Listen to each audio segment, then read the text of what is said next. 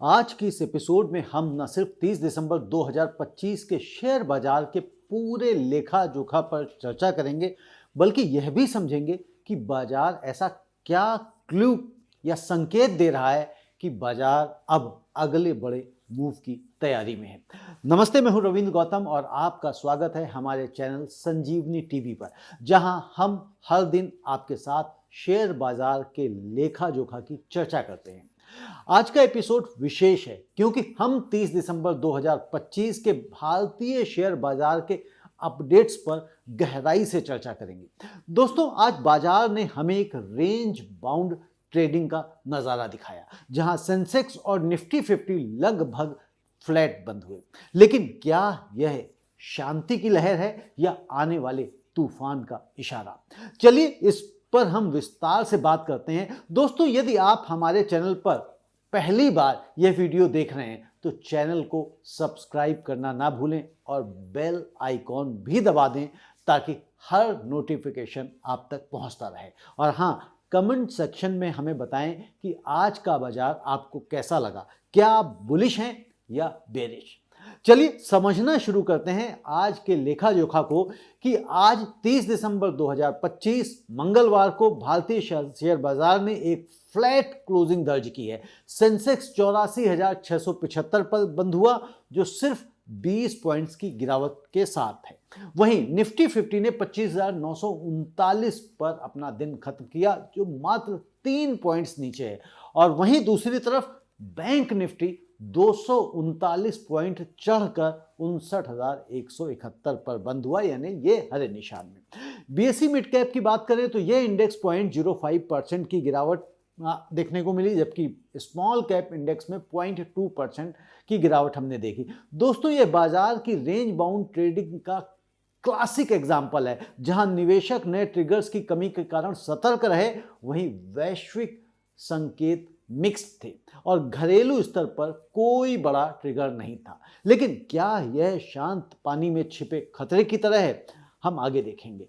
अब चलिए हम आज के मुख्य कारणों पर गौर करते हैं। मैं हर पॉइंट को आपको विस्तार से समझाने का प्रयास करूंगा ताकि आप ना सिर्फ बाजार के मूव्स जानें, बल्कि उसके पीछे की कहानी भी समझें। यह बाजार का लेखा जोखा आपके लिए तैयार किया गया है ताकि आप इसे आसानी से फॉलो कर सकें और बाजार की गहराई में उतर सकें।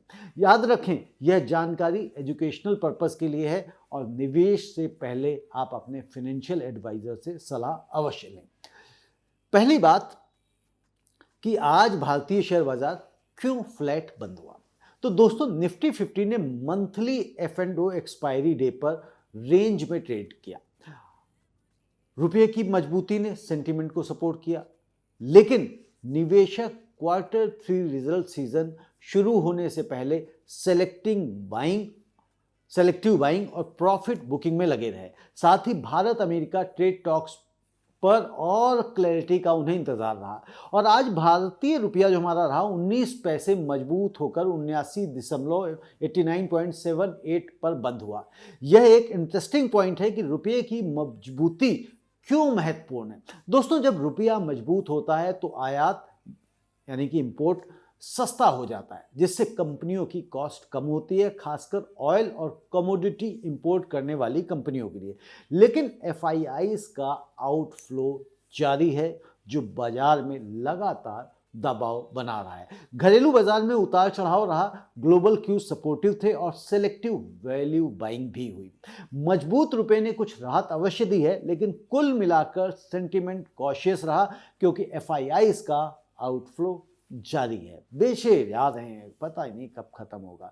अब एक विशेष बात हम समझ लेते हैं कि 2026 के लिए है कि आगे बाजार साइडवेज रह सकता है। जी हाँ, क्यों? क्योंकि जनता यूएस इंडिया ट्रेड टॉक्स के क्लियर आउटकम का इंतजार कर रही है और क्वार्टर 3 रिजल्ट्स की भी प्रतीक्षा हो रही है कि भाई रिजल्ट्स कैसे आने वाले हैं। दोस्तों, यह व्यू पॉइंट हमें बताता है कि बाजार में अभी अनिश्चितता है। क्या आप भी ट्रेड टॉक्स पर नजर रख रहे हैं? कमेंट में शेयर करें और क्या सोचते हैं किस तरह की ये डील होगी। अब अगर हम इतिहास देखें तो ऐसे फ्लैट डेज अक्सर बड़े मूवमेंट्स से पहले आते हैं। उदाहरण के लिए 2024 में भी दिसंबर में इसी तरह की रेंज बाउंड ट्रेडिंग के बाद जनवरी में बाजार ने नई ऊंचाइयां छुई, लेकिन इस बार जियो पॉलिटिकल टेंशंस जैसे मिडिल ईस्ट में चल रही घटनाएं बाजार को प्रभावित कर सकती हैं, इसलिए निवेशकों को सतर्क रहना चाहिए। निफ्टी 50 इंडेक्स के अगर टॉप गेनर्स को हम देखें तो दोस्तों बजाज ऑटो 2.32% चढ़कर बंद हुआ और हिंडाल्को इंडस्ट्रीज 2.12% की बढ़त के साथ, और श्रीराम फाइनेंस 2% ऊपर बंद हुआ। ये स्टॉक्स क्यों चमके? बजाज ऑटो की बात करें तो इलेक्ट्रिक व्हीकल सेगमेंट में उनकी नई लॉन्चिंग्स की वजह से निवेशकों का भरोसा बढ़ा है। हिंडाल्को जो मेटल सेक्टर से ग्लोबल मेटल प्राइसेस में रिकवरी का फायदा उठा रही है। श्रीराम फाइनेंस जो है आपका वो फाइनेंशियल सेक्टर में मजबूत ग्रोथ दिखा रहा है। अगर आप इन स्टॉक्स में निवेश कर रहे हैं तो याद रखें कि सेक्टोरल ट्रेंड्स बहुत महत्वपूर्ण हैं। मेटल सेक्टर में चीन की इकोनॉमी रिकवरी का असर पड़ता है जो अभी मिक्स्ड है। क्या आपने इनमें से किसी स्टॉक्स को होल्ड किया है? अगर होल्ड किया है तो कमेंट में लिखकर बताएं और बताएं कि आप क्या इन पे व्यू पॉइंट क्या है। निफ्टी 50 के टॉप लूजर्स की अगर हम बात कर लें तो इटर्नल 2.21% नीचे रहा, जबकि आयशर मोटर 1.92% डाउन रहा और टाटा कंज्यूमर में 1.79% की गिरावट देखने को मिली। इटर्नल की गिरावट आईटी सेक्टर की कमजोरी से जुड़ी हुई है, जहां ग्लोबल क्लाइंट से ऑर्डर स्लो डाउन की खबरें हैं। इसी तरफ अगर हम देखें आयशर मोटर्स ऑटो सेक्टर में है लेकिन कंज्यूमर डिमांड कम होने से प्रभावित हो गया। टाटा कंज्यूमर एफएमसीजी में है जहां इन्फ्लेशन का असर साफ दिखाई दे रहा है। दोस्तों कुल मिलाकर निफ्टी में 28 स्टॉक लाल निशान में बंद हुए, जो बताता है कि बाजार में निगेटिव बायस था, लेकिन हैवी वेट्स जैसे महिंद्रा एंड महिंद्रा, भारती एयरटेल, एक्सिस बैंक और एसबीआई ने गेंस से बैलेंस बनाया, जबकि इन्फोसिस, इटर्नल और रिलायंस इंडस्ट्रीज ने लॉसेस दिए। सेक्टोरल इंडेक्सेस की अगर हम बात करें तो सेक्टोरल इंडेक्स ने मिक्स क्लोजिंग दी है। गेनर्स में अगर हम देखें तो निफ्टी मेटल 2% से ऊपर, निफ्टी पीएसयू बैंक देखें तो 1.69% ऊपर और ऑटो 1.08% की बढ़त के साथ बंद हुए और निफ्टी बैंक 0.41%। अब लूजर्स को अगर हम देखें तो निफ्टी रियल्टी 0.84% नीचे, कंज्यूमर ड्यूरेबल्स 0.81% नीचे और आईटी 0.74% नीचे। दोस्तों मेटल सेक्टर की रैली को ग्लोबल कमोडिटी प्राइसेस में उछाल, खासकर कॉपर और एल्युमिनियम में, और पीएसयू बैंक सरकारी सपोर्ट और लोन ग्रोथ से मजबूत रहे। लेकिन आईटी सेक्टर में यूएस रिसेशन फियर्स का असर आपको साफ देखने को मिल रहा है। क्या आप आईटी स्टॉक से दूर रह रहे हैं या अभी बाइंग का मौका मानते हैं? कमेंट में लिखकर बताएं कि इस विषय पर आप क्या सोचते हैं और क्या अपना व्यू पॉइंट रखते हैं। अब थोड़ा गहराई में जाएं। निफ्टी बैंक का 59,171 पर क्लोज महत्वपूर्ण है क्योंकि यह 50 डे ईएमए के ऊपर है जो बुलिश सिग्नल है, लेकिन अगर यह ब्रेक होता है तो डाउन साइड रिस्क बढ़ सकता है। सेक्टर रोटेशन को समझें तो Q3 रिजल्ट्स कमजोर आते हैं अगर, तो मेटल और बैंक से आईटी और रियल्टी में ये शिफ्ट हो सकता है। वॉल्यूम के लिहाज से सबसे एक्टिव काउंटर्स कौन से रहे? हमेशा की तरह जो बाजी मारता हुआ दिखाई देता है वो रहा वोडाफोन आइडिया, 67.4 करोड़ शेयर्स के साथ टॉप पे रहा और यस बैंक 26.7 करोड़ और Tata silver exchange traded funds 22.9 crore shares का वॉल्यूम रहा। इन स्टॉक्स में हाई वॉल्यूम क्यों है सवाल आता है तो वोडाफोन आइडिया टेलीकॉम सेक्टर में टैरिफ हाइक की खबरों से लगातार एक्टिव है और वहीं यस बैंक बैंकिंग रिफॉर्म्स की वजह से और सिल्वर ETF कमोडिटी प्राइसेस की वजह से। दोस्तों हाई वॉल्यूम स्टॉक्स ट्रेडर के लिए अच्छे होते हैं लेकिन रिस्की भी होते हैं। अगर आप इंट्राडे ट्रेडिंग करते हैं तो वॉल्यूम ब्रेकआउट पर नजर रखें। उदाहरण के लिए वोडाफोन आइडिया अगर 15 रुपए ब्रेक करता है तो अप साइड पोटेंशियल है।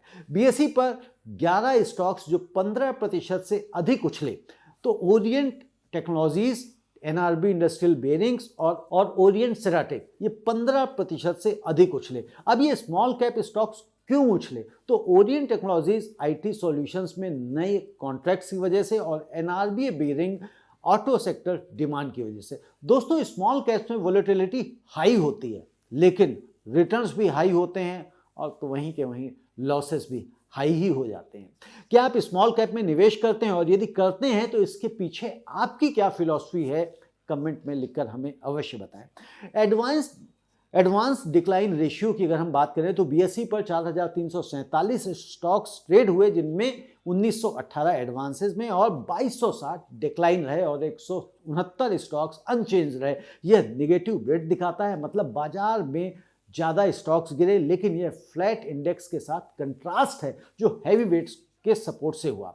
100 से अधिक स्टॉक्स ने आज 52 वीक हाई हिट किया। Maruti Suzuki India, Canara bank और श्री राम फाइनेंस इसमें शामिल रहे। ये स्टॉक्स स्ट्रांग मूवमेंट्स दिखा रहे हैं, जबकि मारुति ऑटो सेक्टर में ईवी पुश से, और दूसरी तरफ अगर हम कैनरा बैंक की बात करें तो ये पीएसयू रैली की वजह से।